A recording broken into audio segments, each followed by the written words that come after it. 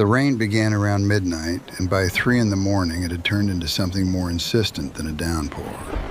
A steady, relentless beat, as if someone were methodically counting off the seconds on the roof of the house in Little Denning. Margaret Whitcomb was not asleep. She had long since stopped measuring her nights by sleep. She measured them by her father's breathing in the next room. That particular, faintly rasping rhythm she had learned to recognize as well as her own pulse, and which told her, before she ever crossed the threshold of his bedroom, whether the night would be a quiet one or whether she would once again be burning a candle until dawn. That night, the breathing faltered. She understood this before she realized she was already on her feet, before she found the shawl on the back of the chair, before her bare feet felt the cold of the hallway floorboards. There was a sound her father made when his heart, old, worn down by the years and by one particular episode 3 years before, forgot for a second how it was supposed to beat. And that second stretched and stretched into something that raised the hair on the neck of anyone who had ever heard it. Margaret had heard it 3 times now in 3 years. She knew there was no time to waste on thought. She threw open the door to his bedroom and saw what she had feared. Edmund Whitcomb half sitting against the pillows, one hand clutching the blanket with the blind animal strength of a body grasping for anything to keep it from going over the edge, his face a color for which there was no kind word, a grayish blue, like the sky before snow. His lips moved, but no sound came, only that thin, insistent wheeze, like a thread about to snap. "Papa, Papa, I'm here."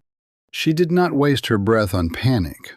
There had been no room for panic in this room for 3 years now, not since the morning she learned that panic saved nothing, while steady hands and a clear head did. She raised him up, tucked a second pillow behind his back, made him sit higher, because Dr. Price had once shown her, explained to her patiently and without condescension, why lying flat with a heart like his meant drowning his own lungs in his own blood. She remembered every word he had said. She always remembered every word he said. "Jane?" she called toward the stairs, and her voice, to her own surprise, came out steady. "Jane, run for Dr. Price. Right now. Tell him, same as last time." The maid, a woman well past middle age named Jane Askew, who had served in the Whitcomb household for nearly 20 years and had known the late Mrs. Whitcomb alive and laughing within these same walls, asked no questions. She threw a cloak over her nightgown and vanished into the rain, and Margaret was left alone with her father and a candle whose flame trembled not from any draught, but from her own hand, which she held steady by sheer will, because a shaking hand frightens a sick man more than any words can. "You are not leaving like this," she told her father quietly, almost casually, as if she were reminding him not to forget his umbrella before going out. "I won't allow it. We haven't finished the rose garden yet, have you forgotten? You promised to show me in May how to properly take cuttings from the tea roses, and it's barely February, so you'll simply have to wait, Papa. Wait with me." Dr. Nathaniel Price arrived 21 minutes later.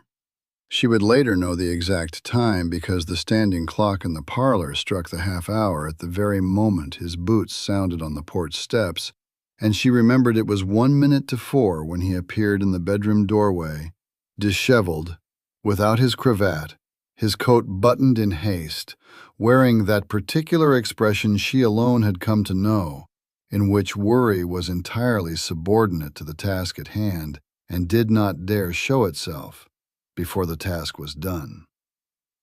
He wasted no words on greetings.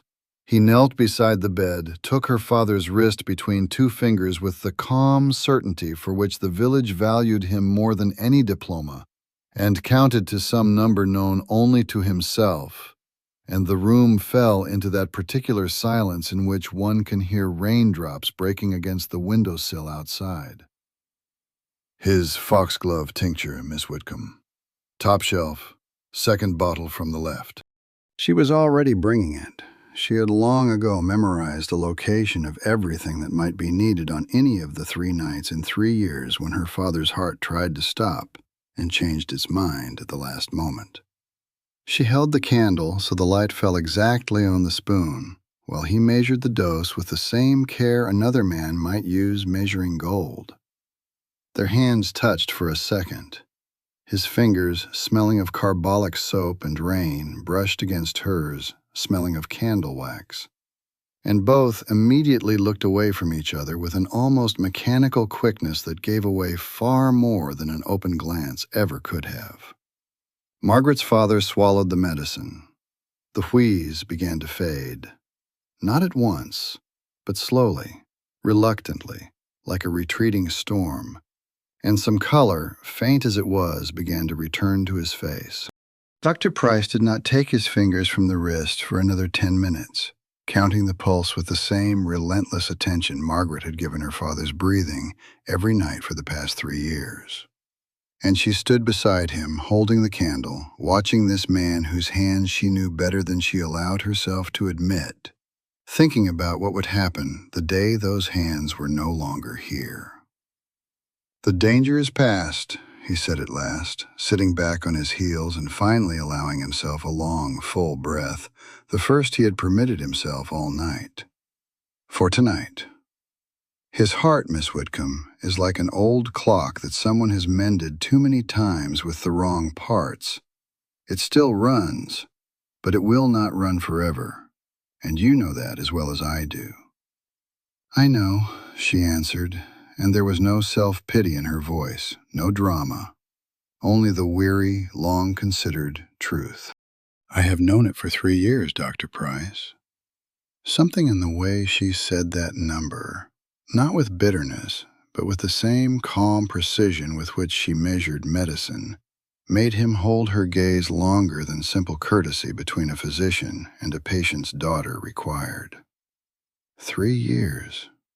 He kept that count as well, though for a different reason, one he had not spoken aloud once since the February when the stroke felled Edmund Whitcomb in the middle of the Sunday sermon and forever altered the schedule of his daughter's life, and, though only Dr. Price himself knew it, the schedule of his own hopes as well. There is an attachment that forms not in a single evening, but drop by drop, night after night, visit after visit. This is what John Bowlby found when he studied what real trust between people is actually built from, not declarations and promises, but repeated, reliable presence in a moment of need. For 3 years, Dr. Price had come to this house at the first call, in any weather, at any hour. And for 3 years, he had never once allowed himself to look at his patient's daughter as anything other than a doctor looks at a relative of the sick. Evenly, professionally, with a closed door between what he saw and what he felt. He told himself it was a matter of propriety. He told himself that a man in his position had no right to court a woman whose father was under his medical care, that it would come too close to an abuse of the trust placed in him. He repeated this to himself so often that he had nearly come to believe it. "You should sleep at least an hour, Miss Whitcomb," he said, rising to his feet and beginning to pack his instruments back into his worn leather bag with the same methodical care of a man accustomed to keeping order in his belongings, since he could not keep order in his feelings. "I will stay until dawn. Your father's breathing is steadied, but I prefer to be certain." "You always say that, because it is always true." She gave a faint smile, the first of the night, perhaps the first in a week, and that smile, brief and tired as it was, had an effect on Dr. Price far stronger than anything in his bag could produce. He turned toward the window as if studying the rain, though he was really studying his own reflection in the dark glass, and how much it was giving away. She was 41. She had long since stopped counting the years society allotted the woman for marriage, and had long since stopped pretending to grieve over that count, at least in front of other people. Once, nearly 4 years before, there had been a man named Charles Garrett, the younger son of a modest squire from the next parish, who had asked for her hand with real sincerity and real impatience, and she had very nearly said yes. And then the stroke felled her father, and Charles Garrett, learning what that near yes actually meant in practice, years at a sickbed instead of years in his own home, found a way to change his mind, politely and without any scene, within the space of a month. The village called it prudence on his part. Margaret called it a revelation she was, on sober reflection, almost grateful for. Irving Goffman wrote about the roles society forces upon a person beyond their own will. The mask a woman of a certain age and certain circumstances is obliged to wear in front of her neighbors. The mask of resignation. The mask of one who chose this fate herself. Margaret wore that mask skillfully. She accepted the condolences of the parish ladies over her unfortunate situation with even, unrevealing courtesy, and only a very few, Jane, the old housekeeper, and perhaps Dr. Price himself, knew that behind that mask there was neither bitterness nor despair, but something more complicated. A quiet, stubborn decision made 3 years before and never once questioned since. "Go and rest, Dr. Price," she said finally. "You have patients to see in a few hours." "And you, Miss Whitcomb, will be on your feet all day tomorrow caring for him," he replied, nodding toward the bed where Edmund Whitcomb was already breathing calmly and had drifted into a nearly silent sleep. "Which of the two of us needs the rest more is very much a question." He did not smile as he said it, but something in his tone was gentler than usual, warmer than professional restraint allowed, and she caught herself thinking, not for the first time in 3 years, that if the circumstances of their lives had been different, if her father had never fallen ill, if Charles Garrett had never fled, if the world around them had arranged itself even a little more kindly, she might perhaps have learned what that particular tone in his voice meant. But the world had not arranged itself more kindly, and she had long since stopped wasting time thinking about what had not happened. Dawn found them both still on their feet in the parlor, she mending a stocking by the pale morning light, he finishing a cup of tea Jane had insisted on pouring before letting him leave. The rain had finally stopped, leaving behind the particular silvery washed light that comes only in February, when winter has grown tired, but spring has not yet found the courage to arrive. It was in that very minute, that fragile minute of calm after a long night, that someone knocked at the door of the Whitcomb house. Sharp, insistent, 3 quick raps. Nothing at all like a neighbor stopping in to check on the sick. Jane returned to the parlor, holding a letter, wearing an expression Margaret had not seen on her in a very long time. A mix of worry and indignation that the old servant did not even try to hide. "A boy brought it from town, Miss Margaret. Says the letter is urgent. From Mr. Josiah Whitcomb."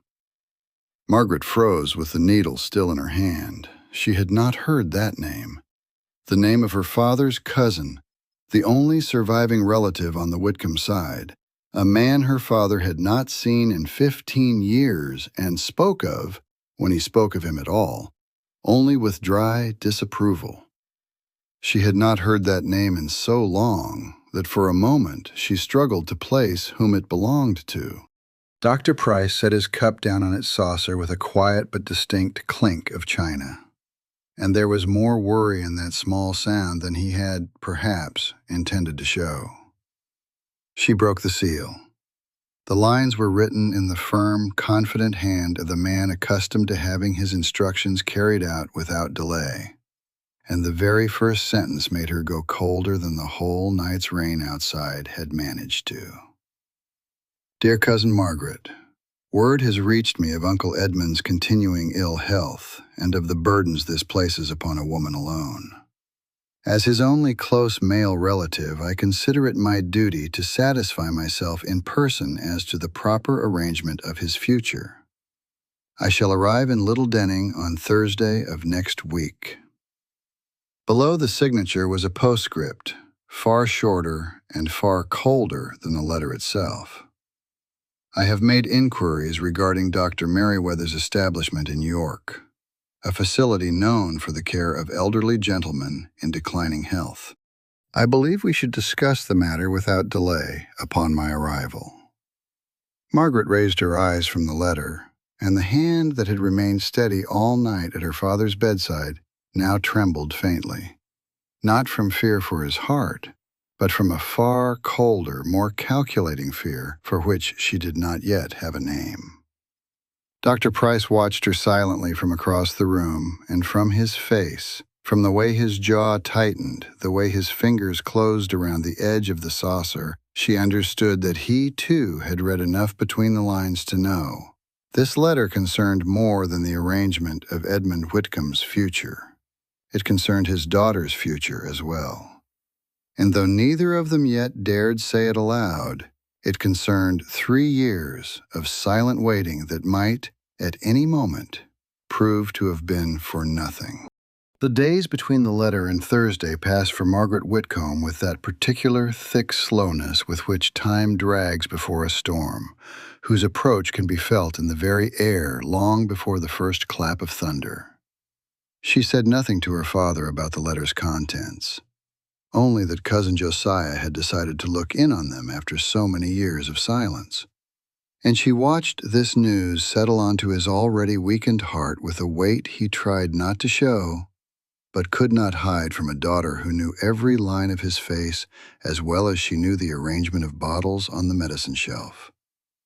"Josiah," Edmund Whitcomb repeated that evening, staring into the fire with the expression of a man remembering something he would rather forget.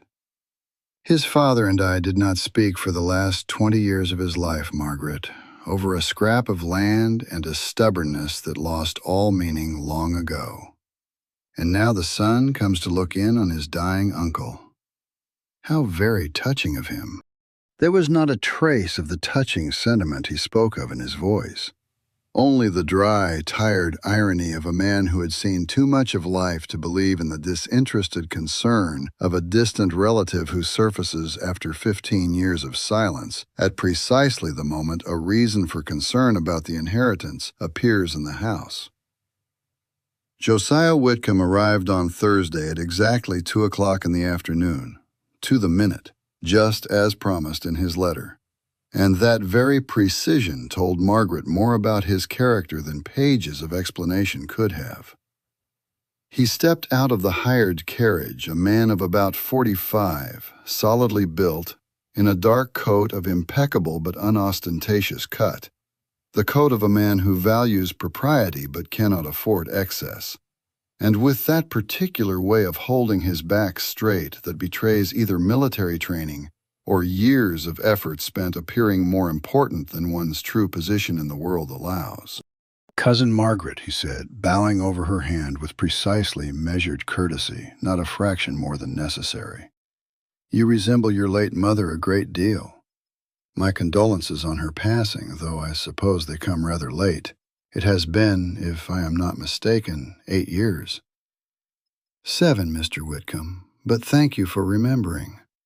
He did not appear embarrassed by the correction. He only gave a slight nod, as if noting her precision as a commendable quality, and followed her into the parlor with the air of a man accustomed to quickly cataloging everything around him: the worn upholstery of the chairs, the tablecloth carefully but long ago mended, the absence of extra staff in a house that, by reputation, had once kept 3 servants and now retained only the loyal Jane.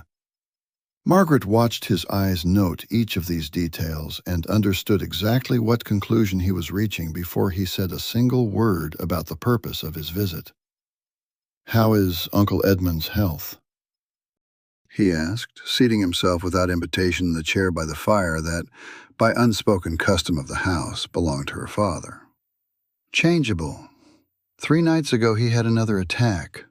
Dr. Price believes his heart is the kind that might serve him for many more years with proper care, or might stop in the next minute. No one can say for certain, Mr. Whitcomb, and I stopped demanding prophecies of medicine long ago. 3 years, if I am correctly informed? 3 years, she confirmed, and the number, spoken in another's mouth, sounded different than it did in her own. Not as a tally of devotion, but as a bill being presented for payment. Josiah Whitcomb tilted his head slightly, as if weighing something in his mind. And what he said next caught Margaret off guard, not with its cruelty. There was not a trace of cruelty in his words, but with the calm, almost sympathetic directness with which he said it. The directness of a man genuinely convinced of his own rightness. Cousin, I have not come here to question your devotion to your father. It does you credit, and I say that without a shred of irony. But allow me to be frank, since frankness is the only courtesy I know how to offer. My own father, your Uncle William, spent the last 2 years of his life in a condition very much like Uncle Edmund's, under the care of my mother alone, a woman every bit as devoted as you, and every bit as worn down by that devotion. She died 11 months after he did, cousin. The doctors called it exhaustion of the heart. I call it what it actually was. She gave her life to his illness, drop by drop, until there were no drops left for her own. He paused for a moment, and in that pause, Margaret saw for the first time something behind this man's cold directness other than calculation. An old wound, still unhealed after 15 years of silence with his father's family. One he had evidently never learned to ease through words with anyone except in this dry, almost businesslike frankness. I do not wish the same thing to happen to you, he continued.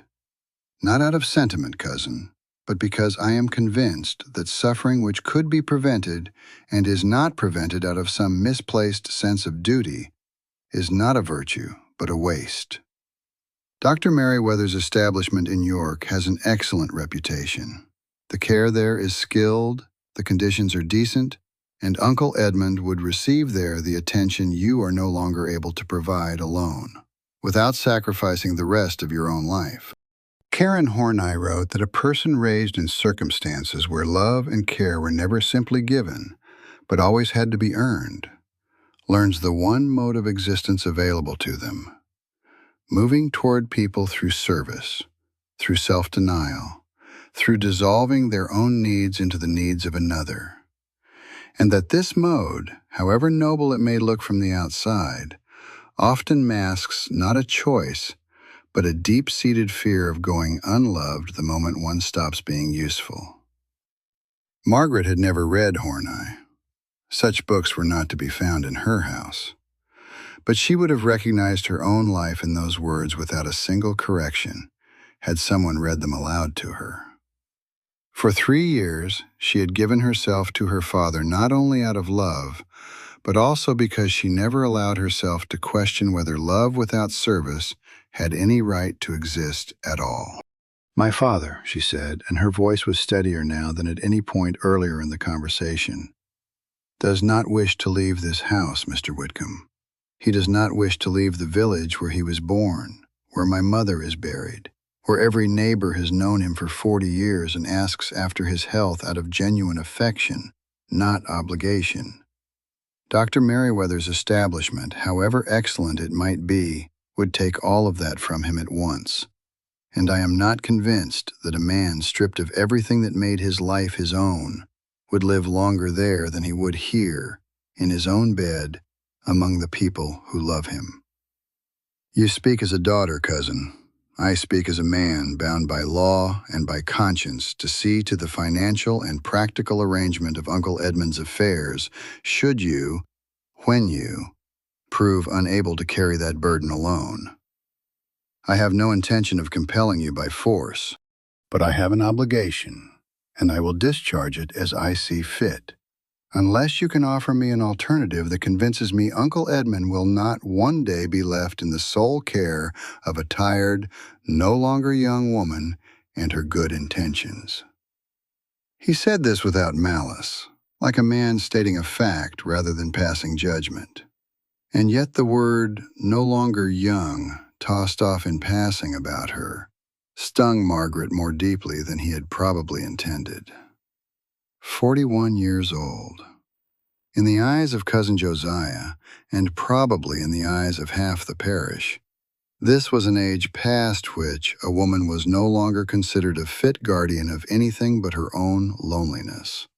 An age at which her devotion to her father was seen not as the choice of a mature, reasonable person, but as a kind of stubbornness on the part of an aging spinster who had failed to arrange her own life and was clinging to someone else's instead. It was at that very moment, as Margaret searched for the words to answer him, that the parlor door opened without a knock. A privilege Dr. Price had earned through 3 years of unbroken visits to this house at any hour of the day or night, and he came in with the brisk, slightly breathless look of a man who had hurried after learning something urgent and had not had time to arrange his face for the sight of a stranger. "Forgive me, Miss Whitcomb. Jane told me," he began, and stopped short at the sight of the stranger by the fire. "Dr. Price," Margaret introduced him, and the speed, almost relief, with which she said his name did not go unnoticed by Josiah Whitcomb, a man accustomed to noticing details. Dr. Price bowed with professional courtesy, but the look he gave Josiah was the look of a man swiftly and unerringly sizing up an opponent, a look in which Margaret, who had known this reserved man for 3 years, saw for the first time something very close to hostility.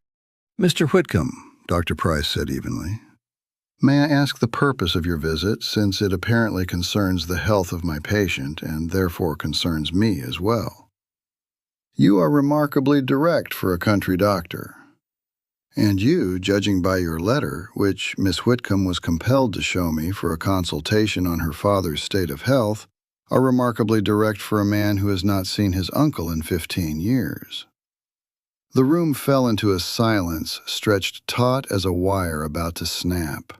And in that silence, Josiah Whitcomb glanced from Margaret to Dr. Price and back with the quickness of a shrewd man who needs no great length of time to add 2 and 2 and arrive at a sum neither of the 2 people present, it seemed, dared yet admit aloud. John Gray wrote that men and women often live through the very same story of attachment in entirely different languages. Where a woman looks for words that confirm a feeling, a man will often prefer to demonstrate it through action. The constancy of his presence, silent care, a readiness to appear at any hour without a word of explanation. Believing that actions speak louder than words, without noticing that to the other person, that silence can sound like an absence of feeling altogether. For 3 years, Dr. Nathaniel Price had demonstrated his attachment in exactly that way. Through visits in rain and snow, through hands at a bedside, through medicine measured out with an apothecary's precision. But he had never once spoken a single word that would have allowed Margaret to call it attachment rather than simply the discharge of a good doctor's duty.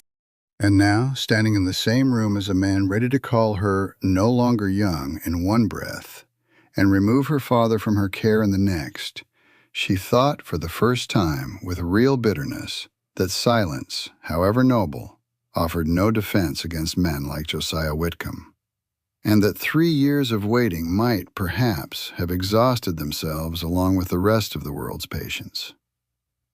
"I have come, Doctor," Josiah said at last, rising to his feet with the same precisely measured courtesy with which he had arrived, "to offer my cousin a reasonable alternative to the path on which I believe she will otherwise ruin herself out of a sense of duty. I am no tyrant, sir, and I have no wish to appear as one. I will give her a week to consider, exactly 1 week.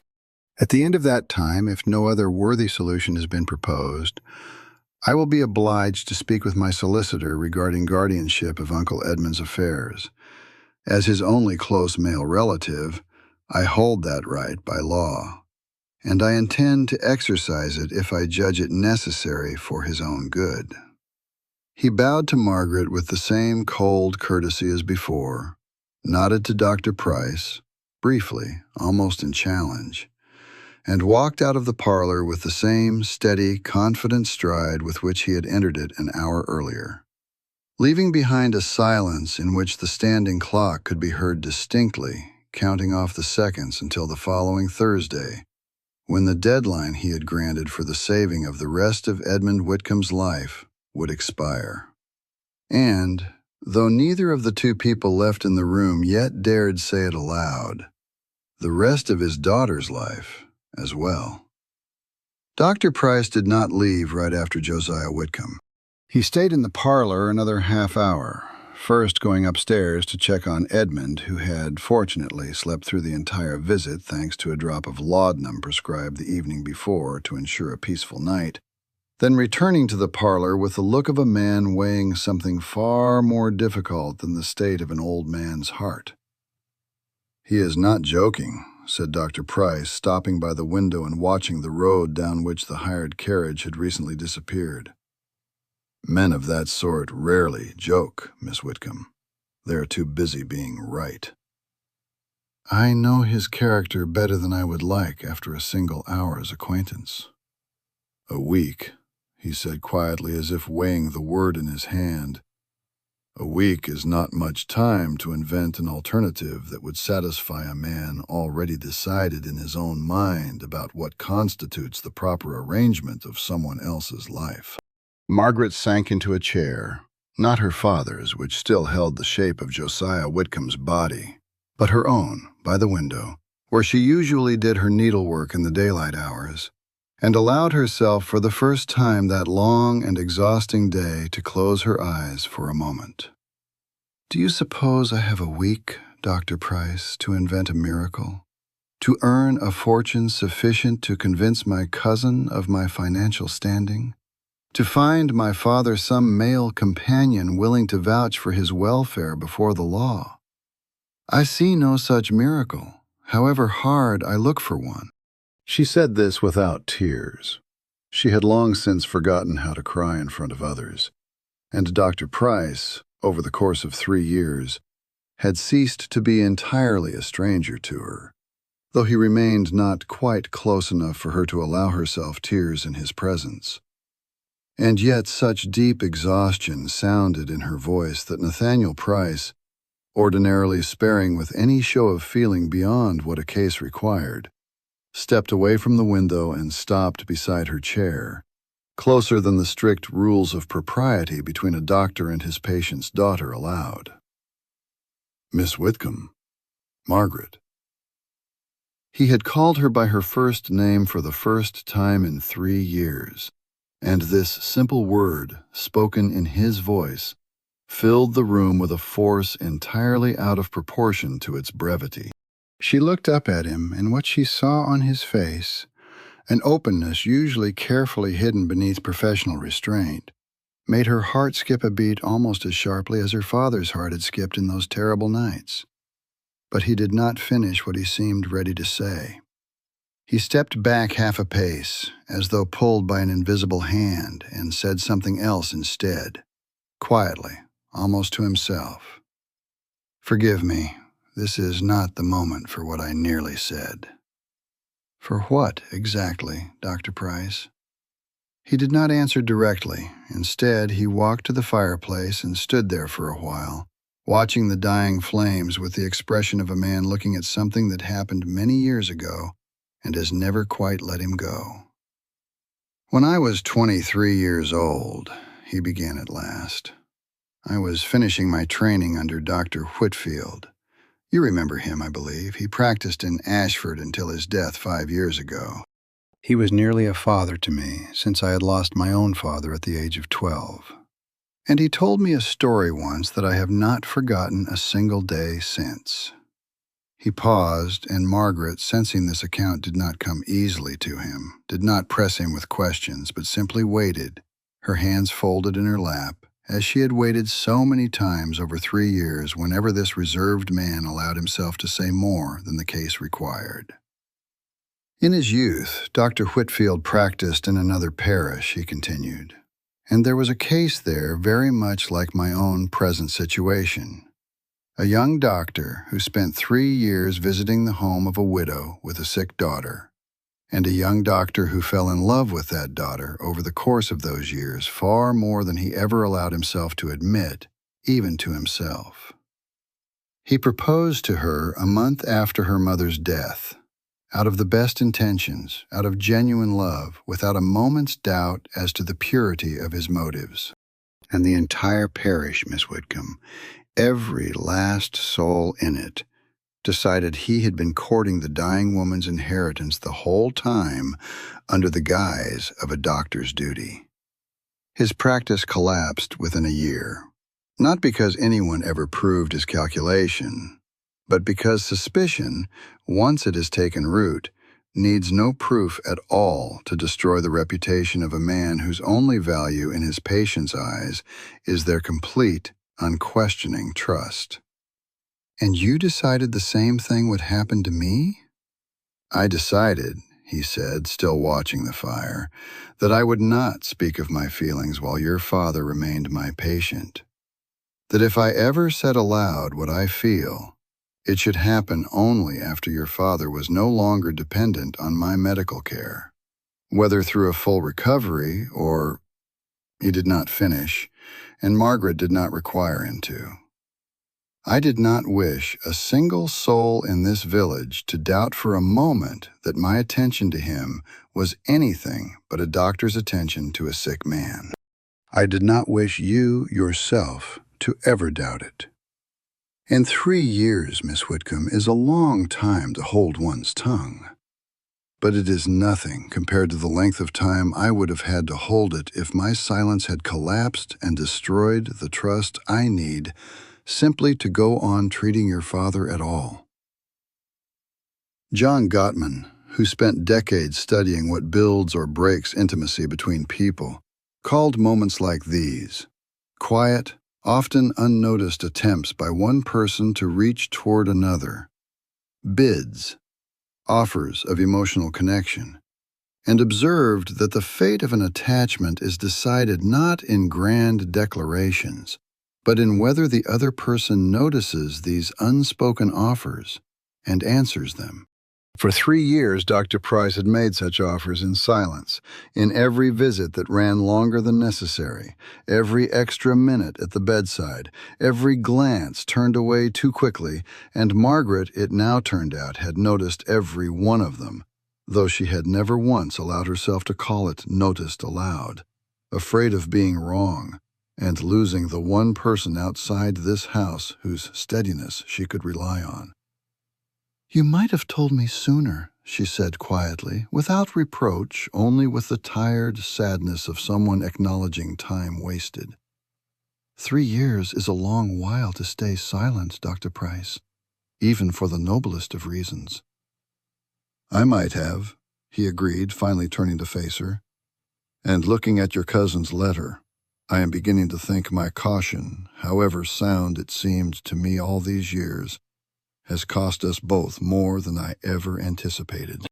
Viktor Frankl wrote that a person finds meaning not despite difficult circumstances, but often precisely through the way he chooses to answer them, rather than through whether he manages to avoid them at all.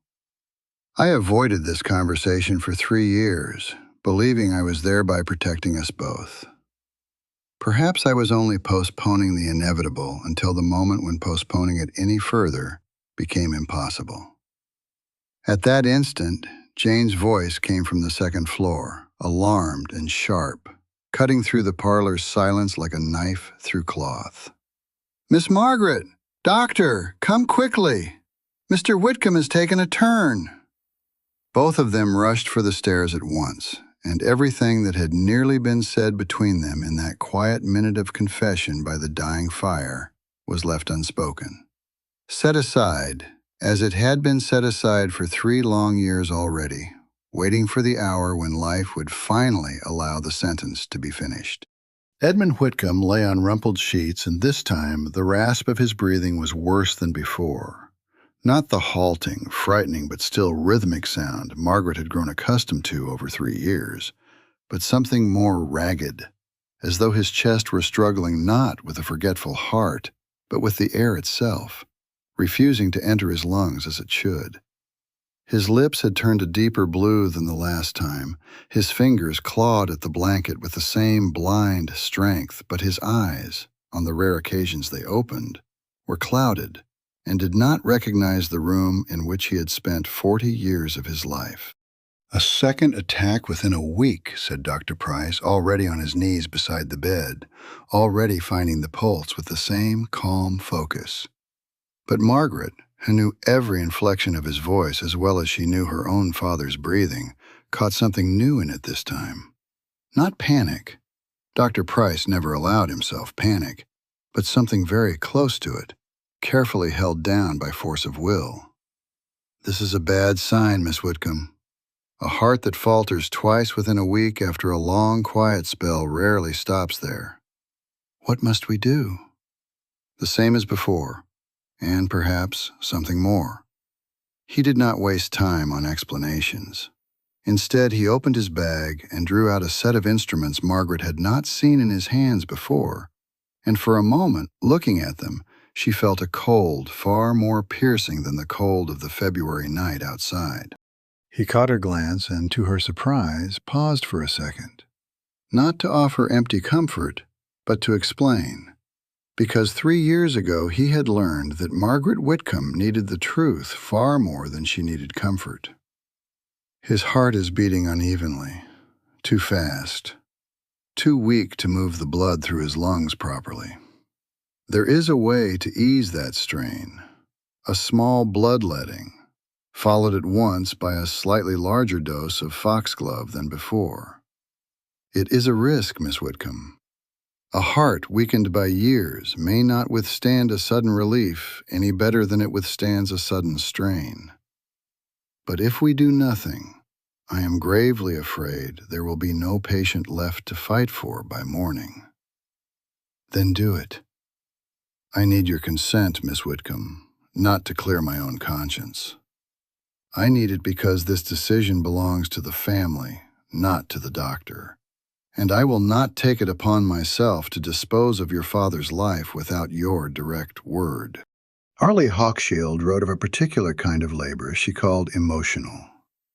Labor that demands not just action from a person, but the management of their own feelings so they can remain fit for the task at the very moment everything inside them wants to scream or weep. Labor that falls on the shoulders of caregivers more often than on anyone else's, and is rarely noticed from the outside precisely because, done well, it looks like calm rather than effort. Margaret had performed this labor for 3 years without a single witness to measure its cost, and she performed it again that night. She said the word yes in an even voice, though everything inside her was clenched with fear, and handed Dr. Price a clean cloth and held the candle steady while his hands did the work he had spent long years learning under the late Dr. Whitfield. The following hour passed in that particular silence that settles over a sick room when two people, bound by a common purpose, no longer need words at all.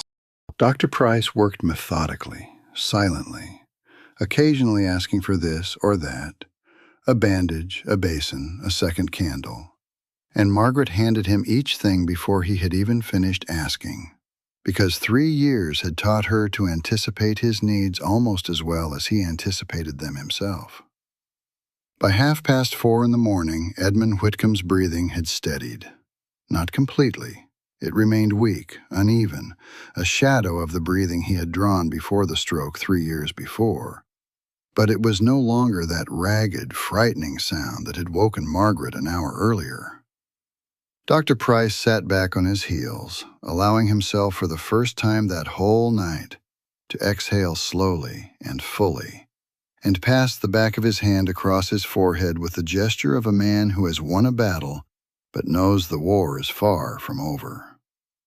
"He will live through this night," he said quietly. "Perhaps many nights after it. But, Miss Whitcomb, I can no longer assure either of us that his heart is a clock that will keep running forever. Every attack from now on will be closer to the last one than the one before it. I tell you this not to take away your hope, but because you deserve to know the truth, so that you may make your decisions with your eyes open rather than in the dark." Margaret sank onto a low stool at the foot of the bed, suddenly feeling the full weight of the sleepless night all at once, as though her body had held itself together purely by will until this moment, and that will had left her the instant the danger passed. "3 years, Dr. Price," she said, looking at her father's sleeping, exhausted face.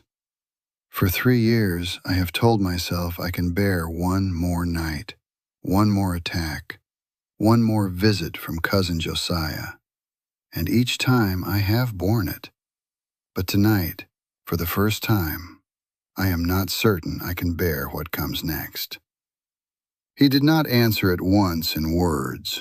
Instead, he sat down on the floor beside her stool, not according to the proper etiquette between a doctor and his patient's daughter, but simply as a man too exhausted and too shaken to observe etiquette a single minute after saving a life. And remained there, his shoulder almost touching hers, watching as she was, their sleeping patient. "Donald Winnicott wrote about mothers," he said finally, "but I believe his words apply just as well to daughters caring for fathers and, I would venture, to anyone who has taken on the care of a life more fragile than their own. He said that a child, or I would dare to say anyone in need of care, does not require a perfect mother, one who anticipates every need without a single mistake. What is required is a mother good enough, one who is present, who tries, who sometimes fails and still remains. You are not obliged to be a flawless nurse, Miss Whitcomb, to have earned the right to be tired. You have been good enough for 3 years already, more than good enough, and the exhaustion you feel tonight is not a betrayal of that duty. It is only proof that you are a human being, and not the saint half this parish seems to have imagined you to be."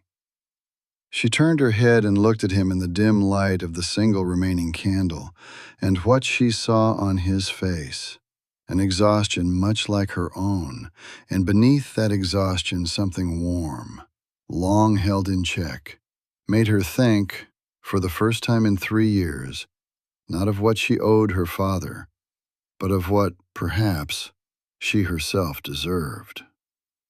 "Nathaniel," she said quietly, calling him by his first name for the first time, and saw the word land on his face like something close to a physical shock.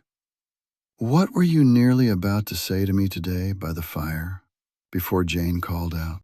He opened his mouth to answer, and at that very moment, as though fate itself had decided to stretch their 3 years of waiting out by one more day, a sound reached them from the ground floor that Margaret had not expected to hear before Thursday at the earliest. The sound of carriage wheels on the gravel drive. Far too early an hour for any respectable caller. And Jane's voice, alarmed again, cutting through the silence of the house once more, this time not from upstairs, but from the front door. "Miss Margaret, it's Mr. Whitcomb. He's back, and there's another gentleman with him. Says he's a solicitor, and they say they cannot wait until Thursday." Josiah Whitcomb entered the house this time without knocking, with the confidence of a man who no longer felt any need to wait for an invitation in a place he expected soon to govern himself. Behind him followed a short, thin man in thick spectacles, a worn leather portfolio tucked under his arm. A man whose clothing, neat but devoid of any individuality, marked him unmistakably as a solicitor, one accustomed to spending his days among other people's wills and debts rather than among living people and their grief. "Forgive the early hour, cousin," said Josiah, stopping in the parlor doorway and taking his time removing his gloves. "But word of Uncle Edmund's second attack reached me last evening through the son of a mutual acquaintance, Mr. Fairbrook, whose daughter, I understand, is friendly with your maid. I judged it my duty to delay no longer what I believe should have been settled a week ago. You gave me your word, Mr. Whitcomb, a week to consider. I gave that word under circumstances, cousin, which have since changed.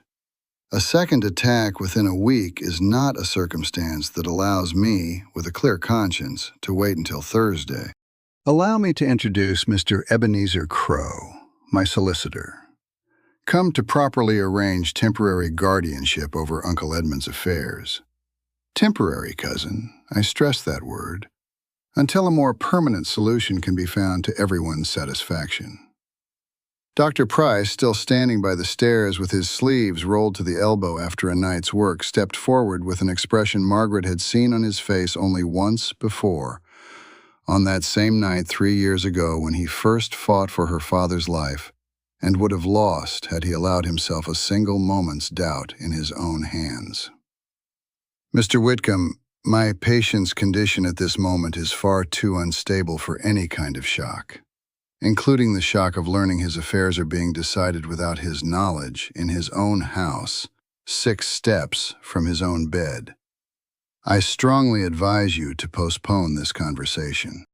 "And I, doctor," Josiah answered, turning to him with the same cold courtesy he had shown all morning, "would strongly advise you to remember that your opinion on the affairs of the Whitcomb family, however valuable it may be in matters of medicine, does not extend to matters of law and inheritance.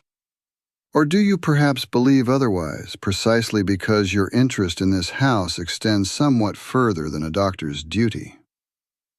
The room fell into a silence stretched so taut that Margaret distinctly heard a solitary crow cry out somewhere in the garden beyond the window. Mr. Crow, the solicitor, shifted uncomfortably from one foot to the other, as though wishing himself anywhere else but this parlor, but said nothing.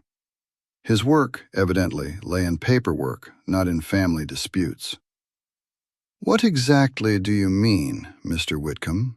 said Dr. Price quietly, and there was more danger in that quietness than there would have been in any shout. "I mean, doctor, that the village, however small and however inclined to gossip, cannot have failed to notice that you spent last night in this house until dawn, alone with an unmarried woman of 41, while her father lay unconscious on what might well have been his deathbed. I do not judge you, doctor, nor do I judge my cousin. I merely observe that circumstances of this kind, continuing not for one night, but, if my cousin's own words are to be believed, for 3 years now, give any impartial judge cause to wonder whose interests you are truly serving when you advise her not to place her father in qualified care, but to go on shouldering this burden alone, with your convenient, regular presence." Margaret felt the blood drain from her face so sharply that for a moment the room seemed to tilt before her eyes.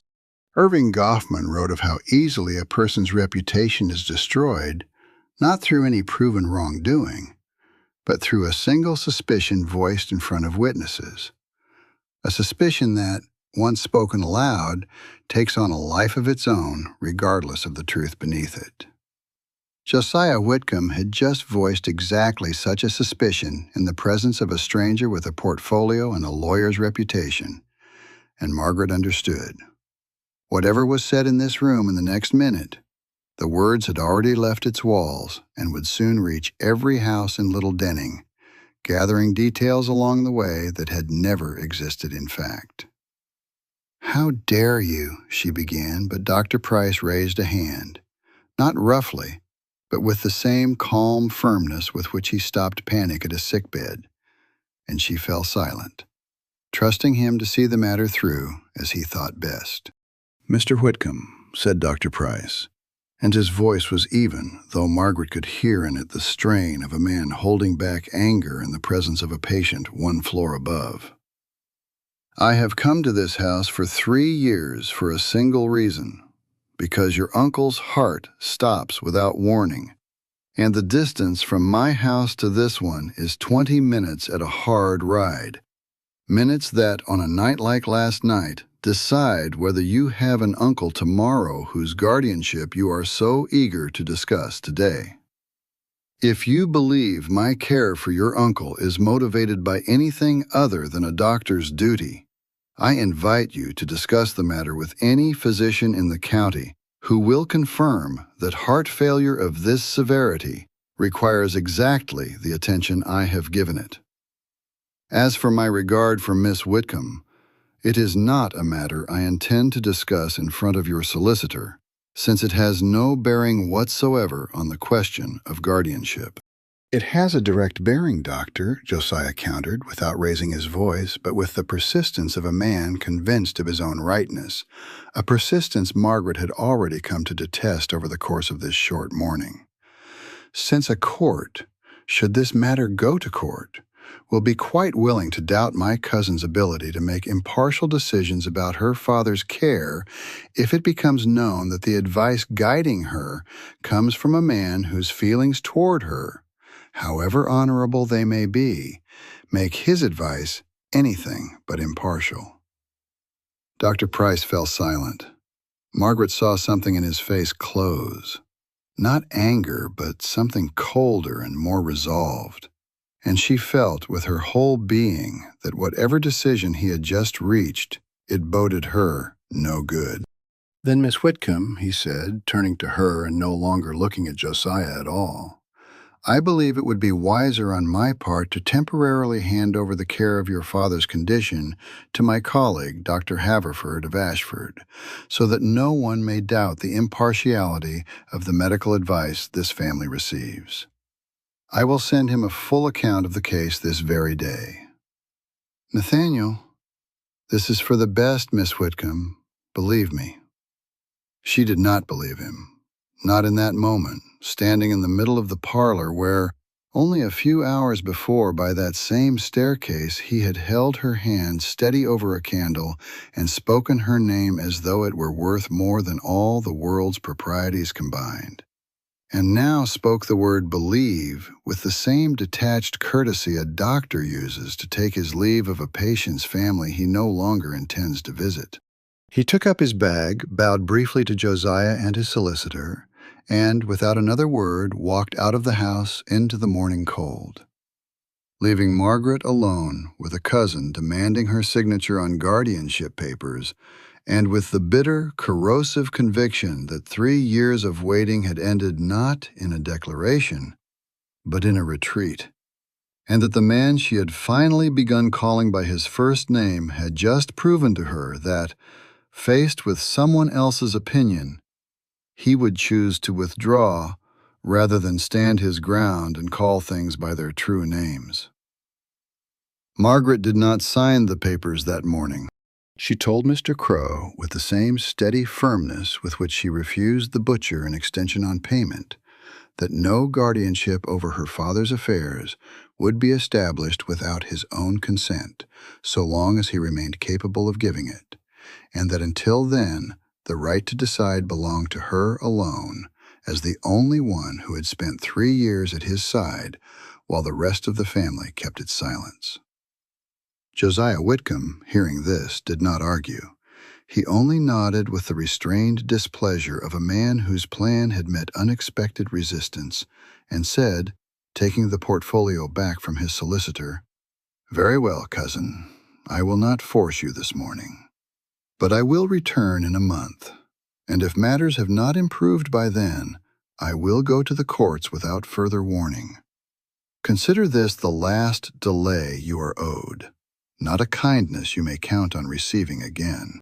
He left without saying goodbye, and his carriage rattled off down the gravel road with the same steady clatter of wheels with which it had arrived, leaving the house in the silence that felt to Margaret heavier than any shout. Dr. Price did not return, not that day, nor the next. On the third day, a short note arrived, brought by a delivery boy. A few lines in a neat, hurried hand informing her that Dr. Haverford of Ashford, a conscientious and experienced man, would henceforth be attending to Mr. Whitcomb's condition, and that he himself remained entirely at the family's disposal should any need arise to consult his earlier records of treatment. Not a single word beyond what was necessary. Not the slightest hint of the fireplace or of speaking her name. Margaret read the note twice, folded it, and set it in the drawer of her writing desk beside Josiah's letter. 2 documents, each announcing, in its own way, the retreat of a man she had once allowed herself to trust. Dr. Haverford proved a competent man, but a stranger. He came on schedule, not by any call of the heart, asked the right questions and prescribed the right remedies, but never once lingered at Edmund Whitcomb's bedside a minute longer than required. Never once handed Margaret a cup, wiped her brow, or called her by name. She did not blame him for this. He performed his work with a professional's dignity, but every visit reminded her of exactly what she had lost along with Dr. Price's retreat. And that reminder was sharper than any reproach Josiah could have leveled at her. The weeks that followed that morning were the loneliest Margaret had known in all 3 years of her vigil at her father's bedside. Not because the burden of care had grown heavier, but because she now carried it without that silent, constant presence she had grown used to relying on without even realizing it, the way one relies on air until it begins to run short. She mended, brewed tinctures, read aloud to her father in the evenings when he had strength enough to listen, and smiled at Jane just enough to keep her from worrying over much. But at night, lying awake and listening to her father's breathing through the half-open door, she allowed herself the one thing she denied herself all day, a brief, bitter regret that the man she had finally learned to call by his first name had chosen to retreat before the judgment of others rather than stay and call things by their true names. It was in these weeks that she came to realize how much she had failed to notice over 3 years of her own absorption in caring for her father. And she learned it thanks to a man she had previously thought of no more than one thinks of a familiar old piece of furniture in a house, until the day one discovers that this furniture has been watching the whole of one's life with far more attention than one supposed. Old Joseph Turner, who had served as gardener to the Whitcomb household since the days of Margaret's mother and was well into his 80s, left a basket of early spring greens at the back door each morning, whatever the weather. Nettles for tea, early sorrel, and once, to Margaret's surprise, a bunch of the first snowdrops tied with a scrap of twine. She had never asked this of him. He never spoke of it directly. But one morning, coming upon him pruning the long-neglected rose bushes along the south wall, she stopped beside him and asked why he had taken on this labor no one had assigned him, and for which she could not pay him beyond his usual modest wages. The old man straightened slowly, with the caution of a body that had spent half a century at hard labor, and looked at her with a long, attentive gaze, the kind worn only by people who have seen enough of life not to waste words. "I remember your mother, Miss Margaret," he said at last, "as a young woman, the way she was when she first came into this house as its mistress. I remember you, too, an infant in her arms, and then a little girl running through this garden with her braids flying behind her. I have served this house for 38 years, miss.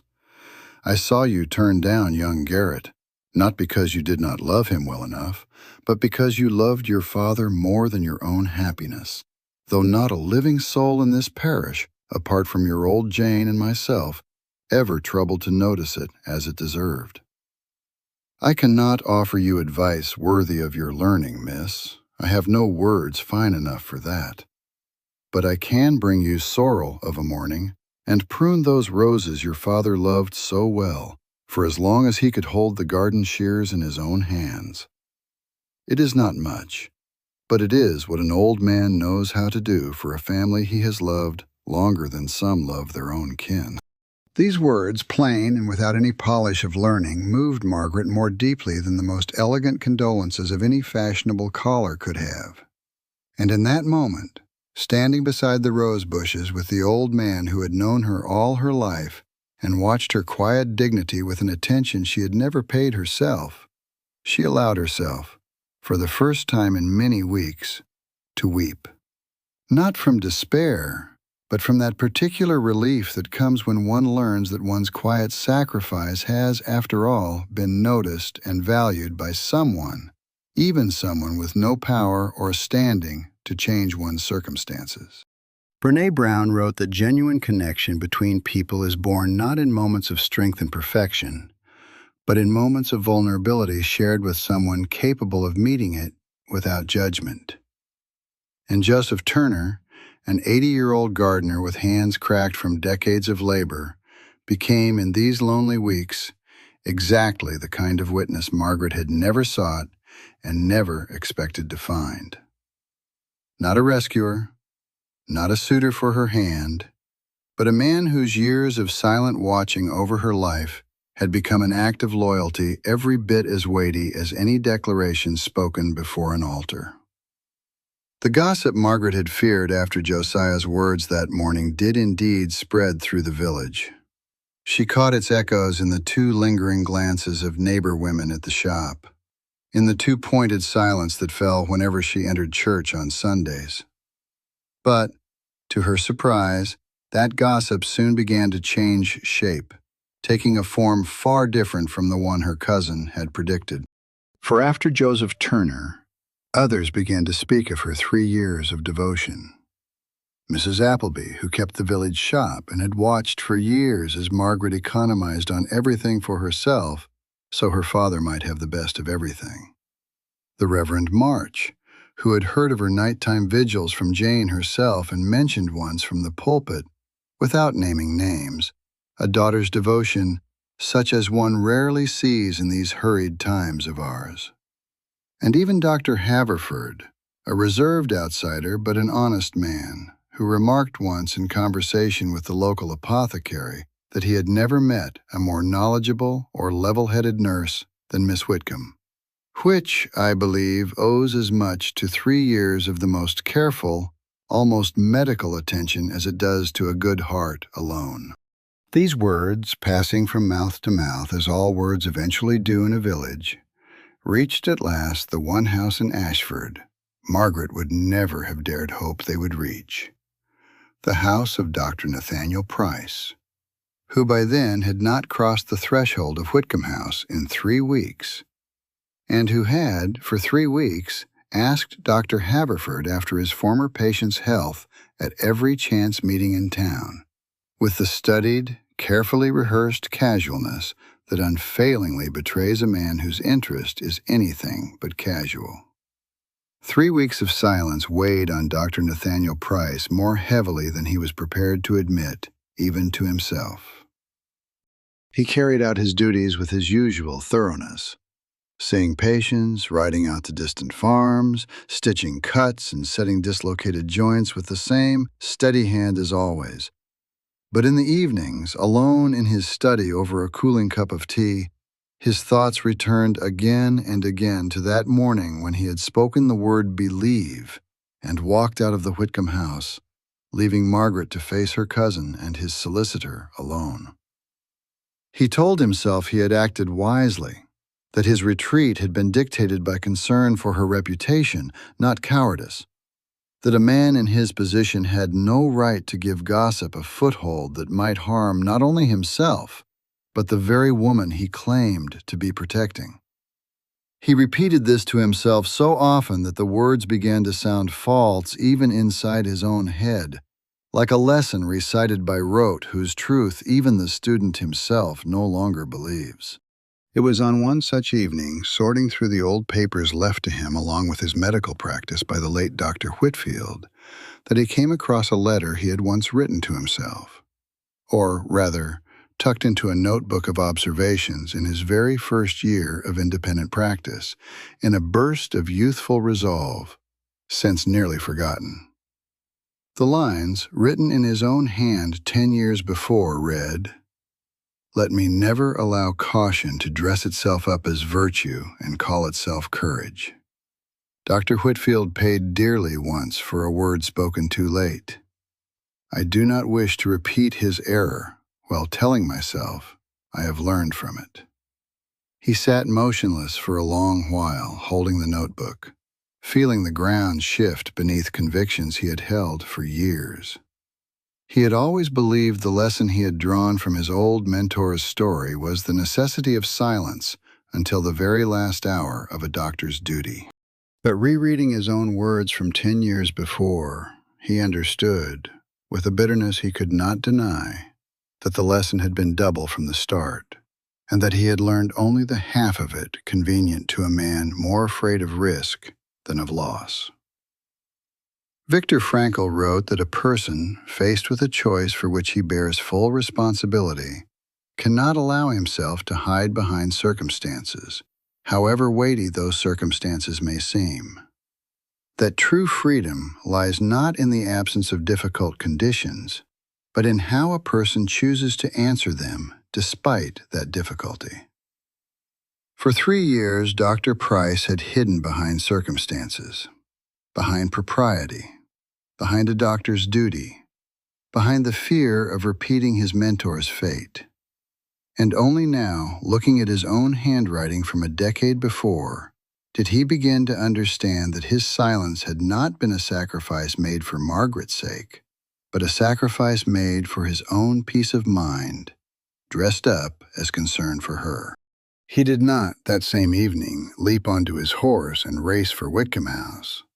Such an impulse, however romantic it might have looked in a novel, struck him now as no less reckless than his earlier excess of caution had been.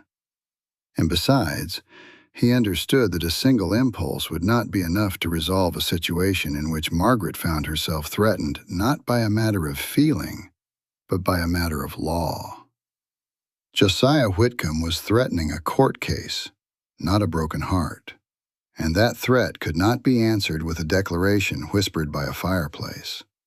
It had to be answered with something capable of standing up to the most exacting scrutiny of the most skeptical judge.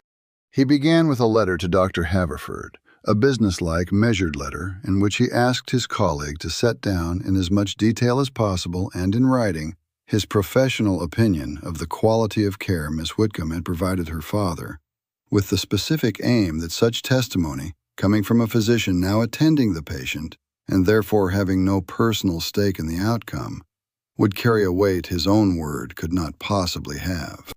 Dr. Haverford answered within a week, and his answer exceeded every expectation Price had held.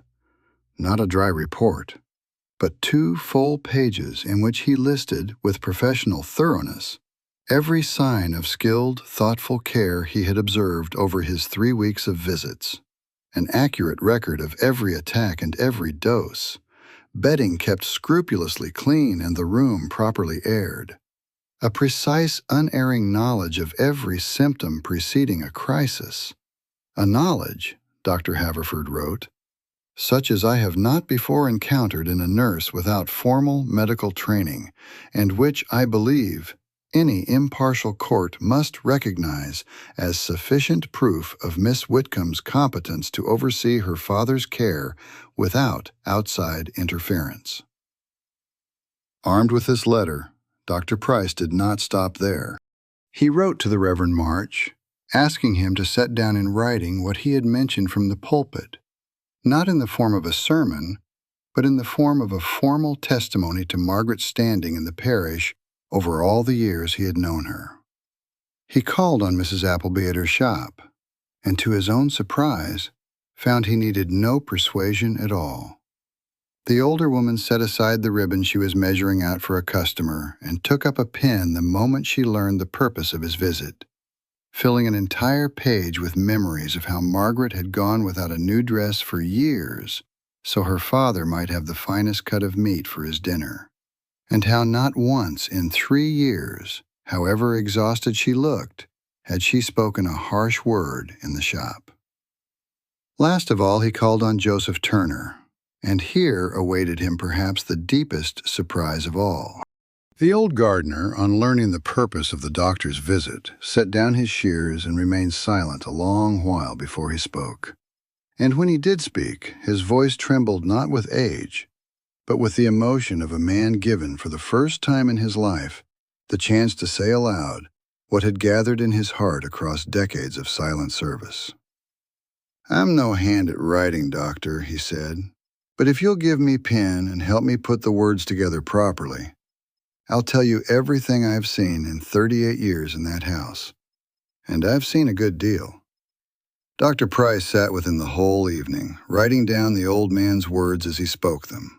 Simple, sometimes awkward, but carrying such unfeigned, unmanufactured truth that, rereading them later by candlelight, he himself felt a lump in his throat such as he had not felt since his own father's funeral.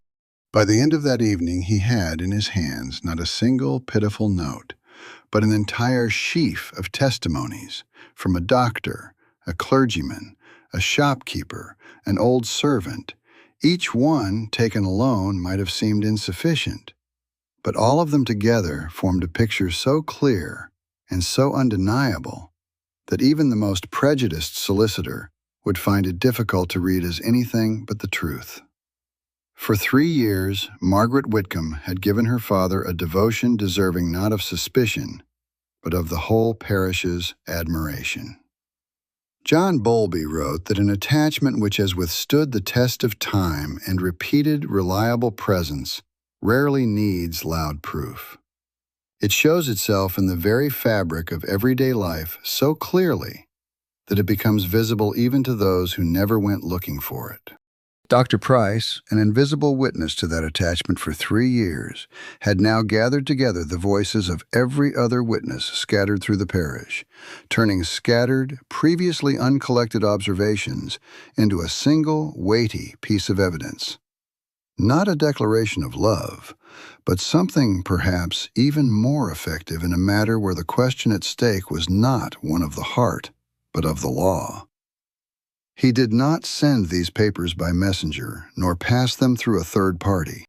A month after that unfortunate morning, on the very day Josiah Whitcomb's deadline for consideration expired, Dr. Nathaniel Price saddled his own horse himself, tucked the sheaf of testimonies into the inside pocket of his coat beside another, much shorter letter, written entirely in his own hand and addressed to Margaret alone, and set out for Little Denning by the same road he had ridden countless times over 3 years, in every kind of weather and at every hour. Except that this time he rode not in answer to someone else's emergency, but in answer to a decision finally made of his own. And he reined in his horse at the gate of Whitcomb House at the very moment a familiar hired carriage appeared from the direction of the village road, carrying Josiah Whitcomb and his solicitor to the final conversation promised a month before. Josiah Whitcomb stepped down from his carriage with the same unshakable air with which he had arrived a month before.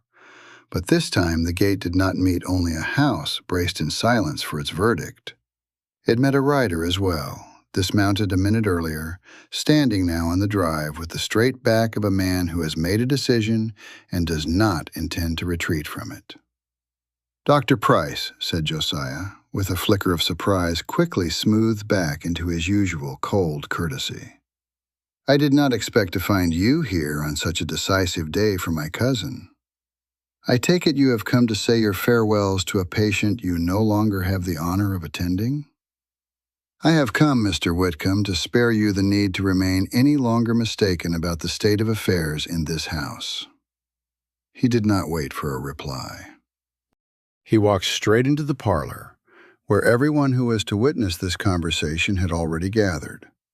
Margaret, pale but upright as ever by the window; Edmund Whitcomb, weak but conscious, seated in the chair by the fire at his own daughter's insistence, so that his fate would be decided in his presence rather than behind his back; and Mr. Crow, the solicitor, once again with the same portfolio, once again wearing the expression of a man who preferred paperwork to living people. Dr. Price drew the sheaf of letters from the inside pocket of his coat and laid them out on the table with the same methodical care a man uses laying out surgical instruments before an operation. "Here, Mr. Whitcomb," he said, "is a written statement from Dr. Haverford, who now attends your uncle, regarding the quality of care Miss Whitcomb has given him over 3 years. A statement from a physician who, unlike myself, has not the slightest personal stake in the outcome of this matter. Here is a letter from the Reverend March concerning her standing in the parish. Here is one from Mrs. Appleby, the grocer, who has known your cousin her whole life. And here," he laid the final, most unevenly written page atop the rest, "is a statement from Joseph Turner, who has served this household for 38 years, a man who has observed Miss Whitcomb's life longer than anyone else now present in this room." Josiah took up the pages one by one, reading in silence, and Margaret, watching his face, allowed herself for the first time in a month a faint, disbelieving flicker of hope. His expression, usually as unreadable as his bearing, shifted as he read, not softening entirely, but losing the cold certainty with which he had entered the room. "This is an impressive collection of testimony, Doctor," he said at last, setting the pages down on the table. "But it does not undo the circumstance you yourself admitted earlier in front of my solicitor, that your feelings toward my cousin extend beyond a doctor's duty." "It does not undo it," Dr. Price agreed evenly. "I no longer intend to deny it, Mr. Whitcomb, to you or to anyone else. But allow me to ask you plainly, is the feeling you speak of with such suspicion, in itself, a fault capable of tainting 3 years of care so thoroughly documented by 4 independent people? Or does your suspicion rest not on facts, but on a simple prejudice against the very possibility that a man might love a woman and at the same time genuinely wish her nothing but good, without seeking any gain for himself in her circumstances?" Erich Fromm wrote of the difference between mature love, which says, "I need you because I love you," and immature attachment, which claims the reverse. But Dr. Price, speaking these words, needed no borrowed learning to give voice to the truth he himself had earned over 3 years. The love he held for Margaret Whitcomb had not for a single day sought any advantage in her circumstances, but had sought only the right to remain beside her, whether 10 years from now or 20, regardless of whether her father lived to see any of it or had long since come to rest beside her mother in the parish churchyard. Josiah was silent for a long while, looking from the letters spread before him to his cousin, standing by the window with the same direct, unpleading gaze she had turned on him at their very first meeting a month before. At last he spoke, and for the first time in their entire acquaintance, something close to weariness sounded in his voice. The weariness of a man acknowledging his own error, without pleasure, but without further resistance either. "I came to this house, cousin, guided by the memory of my own mother, who wore herself out with care beyond all reasonable measure, and I did not wish to see you meet the same end. Perhaps, in my wish to spare you that fate, I did not take the trouble to look closely enough at the difference between your circumstances and hers. She had no Dr. Haverford ready to speak in her favor, no doctor willing to stand by her regardless of any gossip, no old servant who had kept faith with her house for 38 years. You, cousin, appear to have all of that. Perhaps I was too quick to judge your situation by the measure of someone else's tragedy, rather than seeing it as it truly is." He took back his portfolio from Mr. Crow, bowed briefly to Edmund Whitcomb, who watched the entire scene from his chair with a silent but unmistakable relief, and, before leaving, turned not to Margaret but to Dr. Price, with the same directness he had used earlier to fling unwelcome truths in her face. "Take care of her, Doctor. 3 years is a long time to wait." Do not make her wait longer than necessary." His carriage rolled away down the gravel drive for the last time, and this time neither Margaret nor Dr. Price felt anything in the sound of those wheels but relief. But Dr. Price did not propose to her that same hour in the middle of a parlor that still carried the trace of another man's suspicions and the papers spread across its table. He judged that, after 3 years of waiting and a month of fear, haste in such a matter would be almost as unjust as his earlier silence had been. Instead, he stayed that day only long enough to examine Edmund, satisfy himself of the stability of his condition, and arrange with Dr. Haverford to share the patient's care jointly until he himself resumed his former duties in full. And then he left, leaving Margaret a short letter, the very one he had carried in his coat beside the testimonies, asking her permission to visit her father openly from now on, without concealment and without fear of what anyone might say, and to see what might come, given enough time, of that open, no longer constrained presence. Once enough time had passed that no court and no gossip in the parish could ever again doubt his motives. 3 months passed. Edmund Whitcomb's heart, to both doctors' surprise, grew stronger than either had thought a heart could grow once it had already survived a stroke. Not fully, but enough that he began walking in the garden again on warm May days, leaning on his daughter's arm, and sometimes on Dr. Price's as well, who had by then become as frequent a guest in the Whitcomb house as ever before, but now arrived openly, in plain sight of everyone, to the quiet Sunday evening delight of the whole village, which had long since formed a far kinder opinion of his visits than the one Josiah Whitcomb had feared a month earlier. On one such May day, promised back in February on that terrible night by the sickbed, Edmund Whitcomb sat in a wicker chair by the south wall of the garden, watching Joseph Turner, still spry despite his years, show his daughter how to properly take cuttings from the tea roses. The very lesson promised back in February, but set aside until the ground was warm enough, and until the hands giving that lesson were steady enough to hold a garden knife. "You remember what you promised me, Papa," said Margaret, brushing the earth from her hands and looking at her father with the warm, unclouded smile she had not allowed herself in 3 long years. "In February, that night. You said you'd wait with me until May to show me the roses." "I always keep a promise made to you, my dear," Edmund answered, and in his eyes, watering more from the sun than from any feeling, there flickered something of his old, long-forgotten good humor. "Though I confess I expected to be teaching you the growing of roses for many years yet, not to find myself, in so short a time, sharing that privilege with a doctor who visits my garden rather too often." Dr. Price, standing nearby with a basket of cut stems in his hands, laughed with an open, unguarded laugh Margaret had never once heard from him in 3 years of acquaintance. The laugh of a man finally free of a burden he had carried in silence far too long.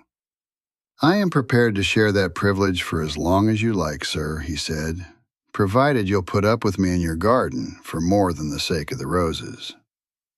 Edmund Whitcomb studied him for a long moment, with the same attentive look he had turned on his own daughter her whole life. Then turned that look to Margaret, whose face, lit by the May sunshine, wore an expression he had not seen upon it in a very long time. "I believe, Doctor," he said at last with a quiet, final gravity, "that you have lingered in my garden long enough to have earned the right to ask my daughter a question without further delay. 3 years is a fair long time to wait, as my tiresome nephew was quite right to point out once. I do not intend to ask a fourth of you." Dr. Price set the basket of roses aside and came to Margaret, standing among the half-transplanted bushes with earth on her hands and astonishment on her face, and said what he had not dared to say in 3 years, not in a parlor under lowered eyes, nor in the rush of a night's vigil at a sickbed, but here, among roses promised back in February, under an open May sky, in the presence of the one person whose blessing he truly needed. Margaret Whitcomb, I waited 3 years not because I doubted my own feelings, but because I wished to come to you with hands bound by neither falsehood, nor haste, nor fear of anyone else's judgment. I come to you now as I should have come from the very beginning, openly, before your Father, before anyone who cares to see it. And I ask you to become my wife, not in spite of 3 years of waiting, but because of them. For not one of those years was wasted if it brought me to understand what I am truly worth and what you deserve.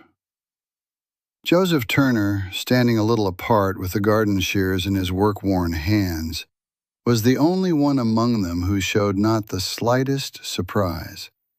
He only gave a small nod to his own thoughts, as though watching the end of a story that had begun not in February, but far earlier, on the day he had first noticed the doctor lingering a little too long at the gate, and returned to his roses with the same quiet steadiness with which he had returned to them every May for 38 years.